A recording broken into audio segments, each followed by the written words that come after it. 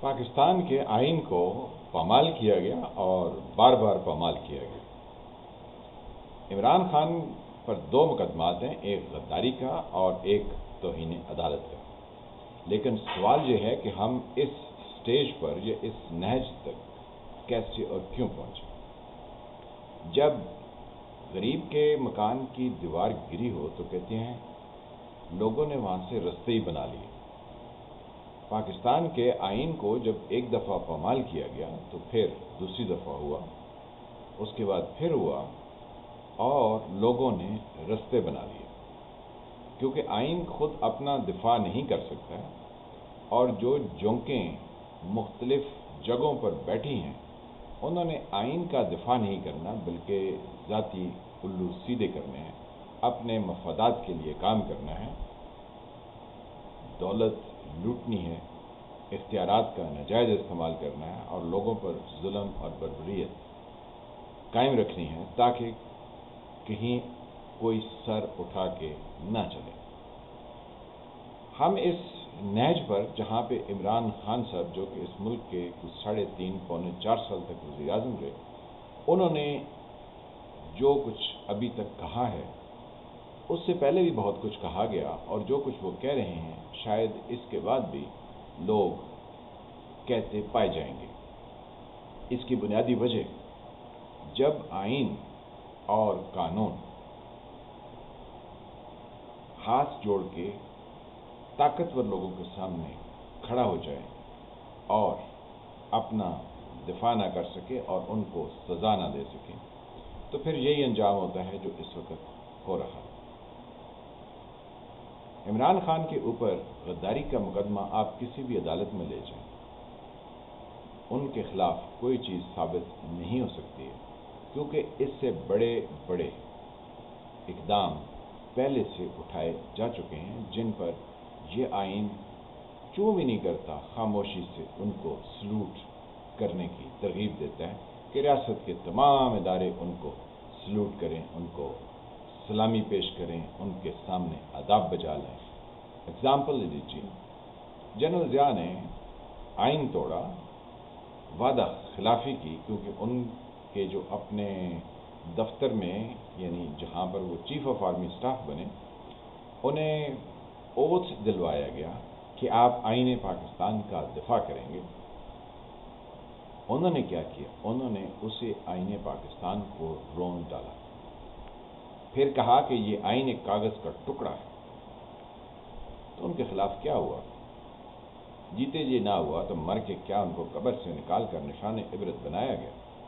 یا ان کی پیداوار یہ نواز شریف صاحب تھے تو شیخ رشید بھی تھے، ہمایوں اختر عبدالرحمن بھی تھے، اور بھی بہت سارے سورما بڑے بڑے سیاست کے پہلوان اور اسٹیبلشمنٹ کے پہلوان جنہوں نے آئین توڑا، کیونکہ ضیاء صرف اکیلا تو نہیں تھا، اس کے ساتھ بھی بہت سارے اس کے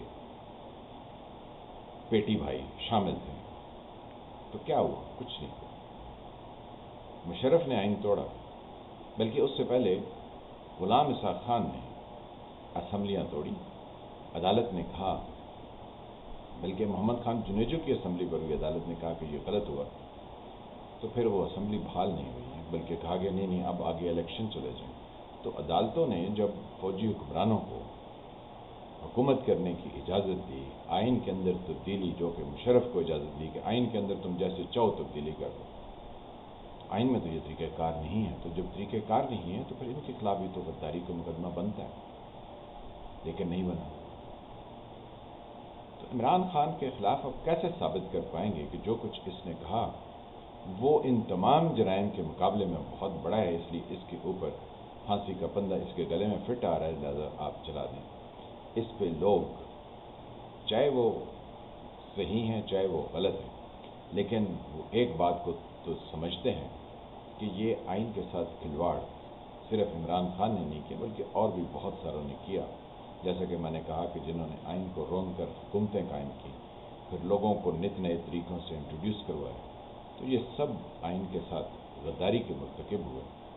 مشرف کے اوپر تو آپ نے آرٹیکل 6 کے تحت مقدمہ بھی چلایا، تو جنہوں نے مشرف کو پاکستان سے بھاگنے میں مدد فراہم کی اور مشرف خود آپ کسی کے خلاف غداری کا کوئی چارج شیٹ کر کے سزا نہیں دے سکتے. آپ نے ان کو نشان عبرت بنانے کی کوشش ہی نہیں کی، بلکہ آئین ان کے سامنے ہاتھ جوڑ کے کھڑا ہے اور کھڑا رہا، اور سب اداروں کو جتنے بھی سرکاری محکمے تھے کہا گیا کہ ان کے سامنے آداب بجا لائیے.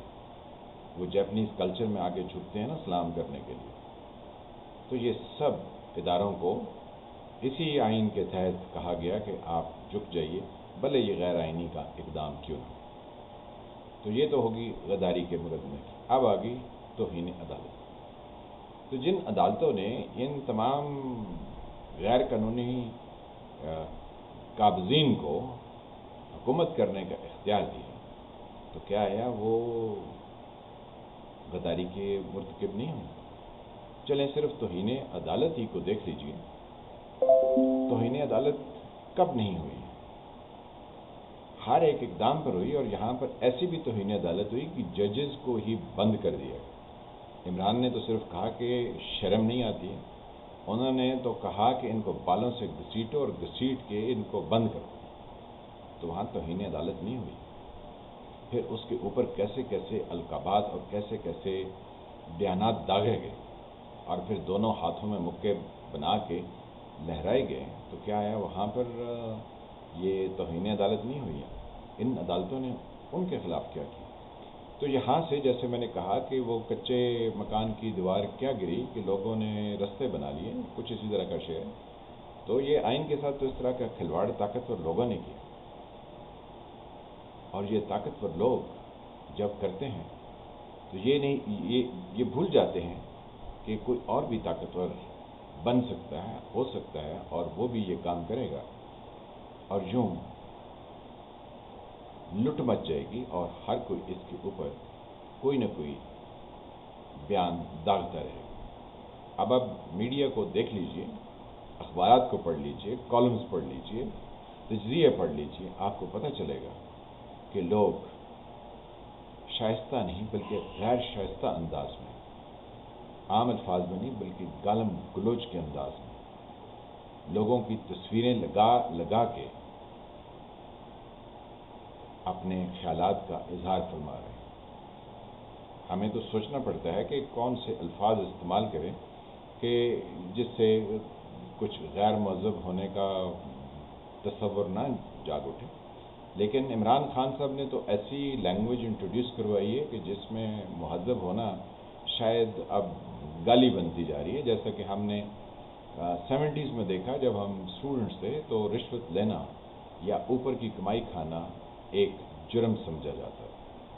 پھر وہ آئے جنہوں نے کہا کہ اگر آپ اسلام پسند کرتے ہیں تو میں آپ کا صدر ہوں، یعنی اسلام کے شدائی آ گئے. ہمیں روزانہ کچھ نہ کچھ اسلام کے بارے میں بتاتے تھے، لیکن پھر لوگوں نے رشوت نہ لینا جرم سمجھ لیا اور رشوت لینا عین عبادت سمجھ لیا.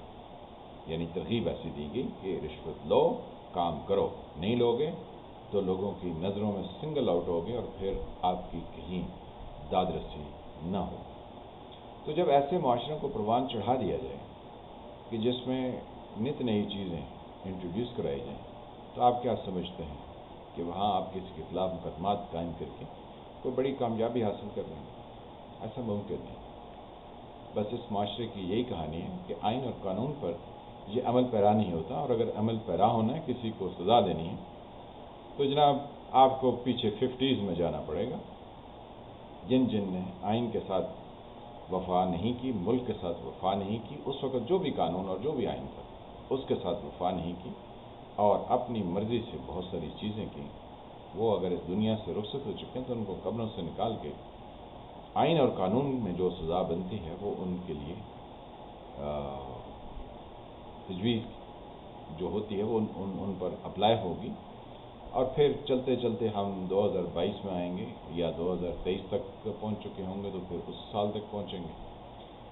لیکن آئین پر عمل کرنے کے علاوہ ہمارے پاس اور کوئی چارہ نہیں.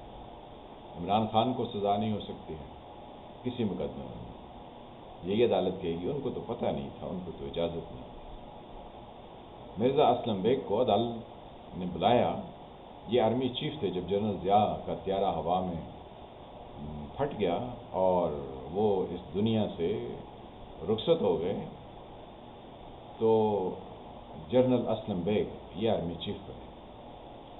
تو جنرل اسلم بیگ جو ہیں یہ ان کو تغمہ جمہوریت بھی محترمہ بے نظیر بھٹو کے دور حکومت میں دیا گیا.